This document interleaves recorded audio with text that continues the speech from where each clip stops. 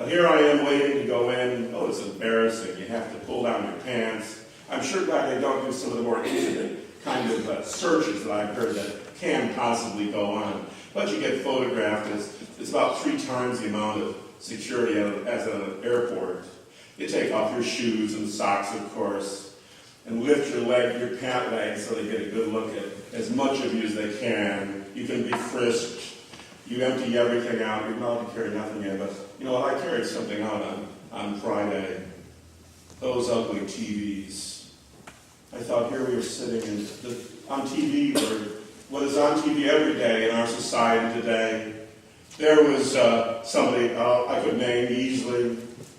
And the participants, the people that they have on, are the ugliest you can imagine. I wonder, how does God love us? We're some of the most ugly and unfortunate.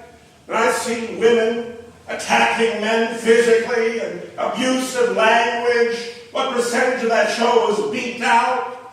And the lives, the suggestion of lives lived. Hey, they even death lived in our society today.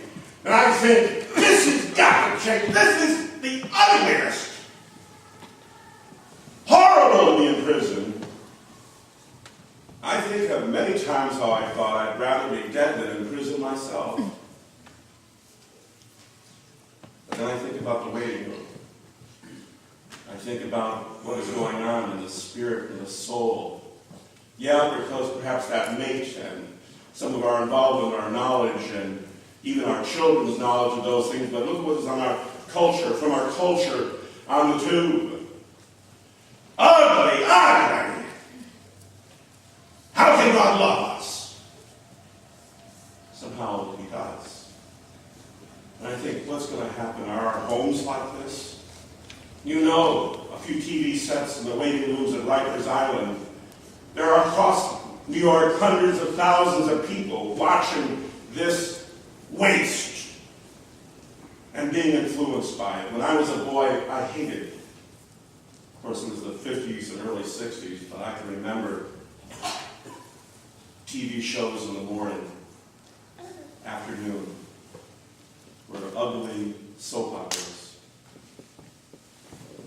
After I was living for a while, and some of you know my story, I began to notice my own home life in some ways was like some of these shows. Somehow God got me through that. But today's soap operas are worse. And instead of having some of the almost innocent programming of those years, there is an ugliness on that TV tube. So frightful. You know, I don't like the public schools, but I'll tell you what, I'm glad our kids are in the schools so they can't see this as much as they are in the schools. They're experiencing better in the schools than they are on low TV sets at home if we allow anything like this to be around them.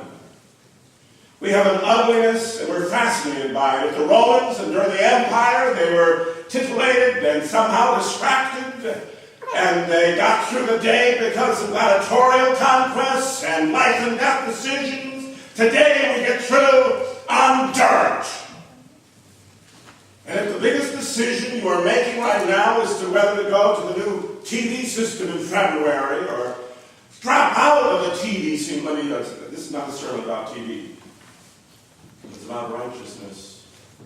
It's about death. I noticed in the New York Times book review section for this weekend, a volume now I'm almost certain to send for it, using church and pastors' library funds like they tried. But this book had to do with the rise, the decline and fall of the British Empire.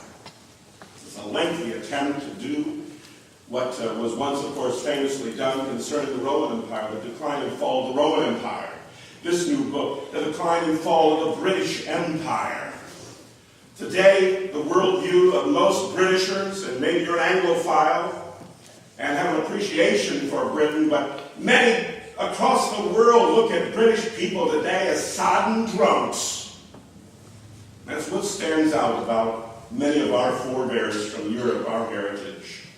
The decline and fall of the Roman Empire, and what might not also be written concerning the so-called American Empire today. We have a society that is savoring death and unrighteousness. And its big communicator is, I'm afraid, entertainment. And I warn you, entertainment and the media. I have care about India. We have missionaries in India. I've come to know some Indian people that I love very much. I've appreciated my 2 chances to go to India. One of the worrisome things about India is that most every home is getting a TV. If they haven't got one already, they're getting one. Their dreams are to become like us. Their dreams are to become like us.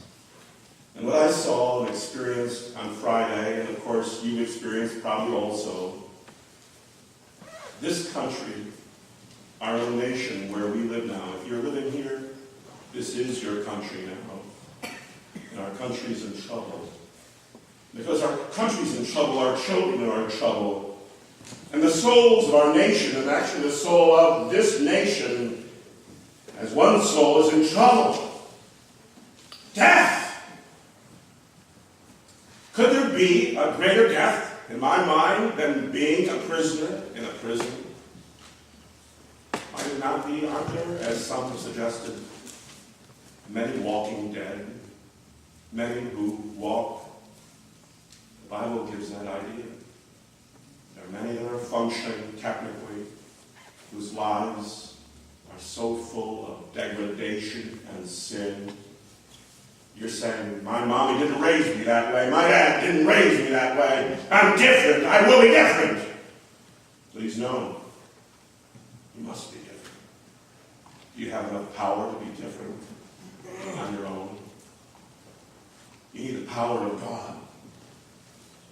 I believe He is totally life. If there could be an equivalency, if there's an equal sign, our God equals life. And oh, how sad it must be to our Creator God to see, oh, death characteristic. It must have broke His heart at this, even Adam's fall. Because all had been life. But look at our culture of death today. Ephesians chapter 2, verse 1. Paul says, you may not know this, you may not understand this, but God changed you Ephesians, you lucky, blessed people. You chosen people, you Ephesians, you don't know how lucky you are. But God chose you, and He raised you from a state of death to life. And that old expression in the Old English was, you have He quickened. That's not the software or the computer. It is this matter of God intervening. God must intervene. There's death all around us. There needs to be a little bit more shame that we feel ourselves. Our marriages, statistically hardly better than those in the world. Many of our children showing little or no relationship with God. Our colleges, our institutions, and even our churches, often ashamed and worldly, far from pure, far from Christ-like. But there's hope. There's always hope through Jesus Christ. Verse 1 says again, Ephesians 2, verse 1, you, and I can't help but think that's us too. So many in this room, if we were to give thanks from the heart, as is our due on come Thursday, but coming from our lips and our heart every day should be a thankfulness before Him for His goodness to us. When I was a boy, when I was a young teen, music was a little different, of course. And folk music was pretty popular.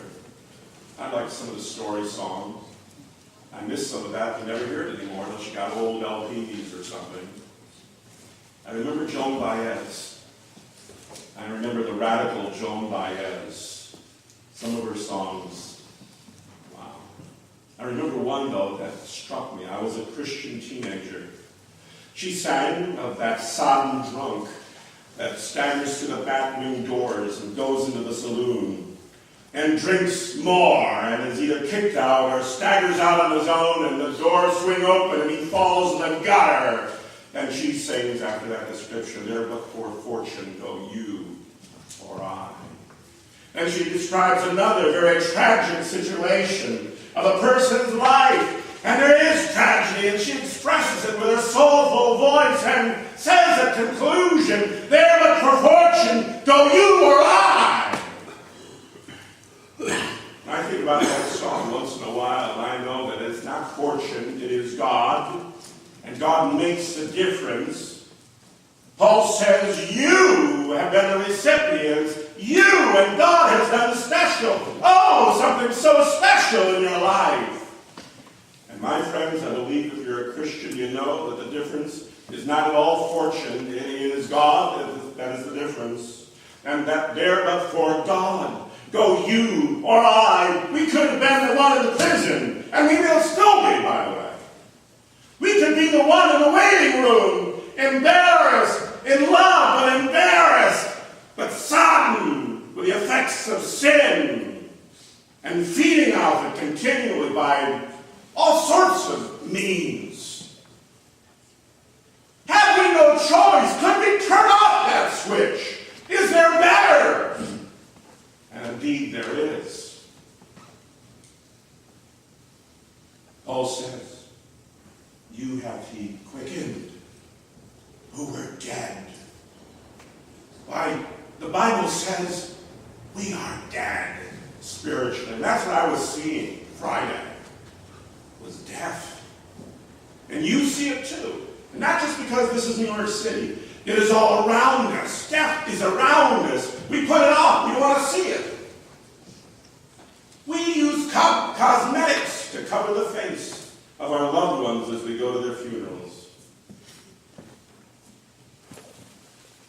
I noticed, just reading generally and certain things, even the book here about nature of the muskrat, how bodies disappear. We are not allowed to see some of the pictures of those dying in Iraq. We buried fairly quickly. The Jews, observant Jews buried, many Muslims buried within 24 hours. Physical reasons for that also, it removes them from our sight. In the old days, because you couldn't define death very closely, there was the wake. And the wake was really not a family reunion time as much as a serious business to find out, hey, is that person really dead? Could they come back to life? Could they be really living and breathing and hearing us? Maybe they're not dead. So you watch for every little piece of possible evidence. Could they be alive? The great fear was being buried alive.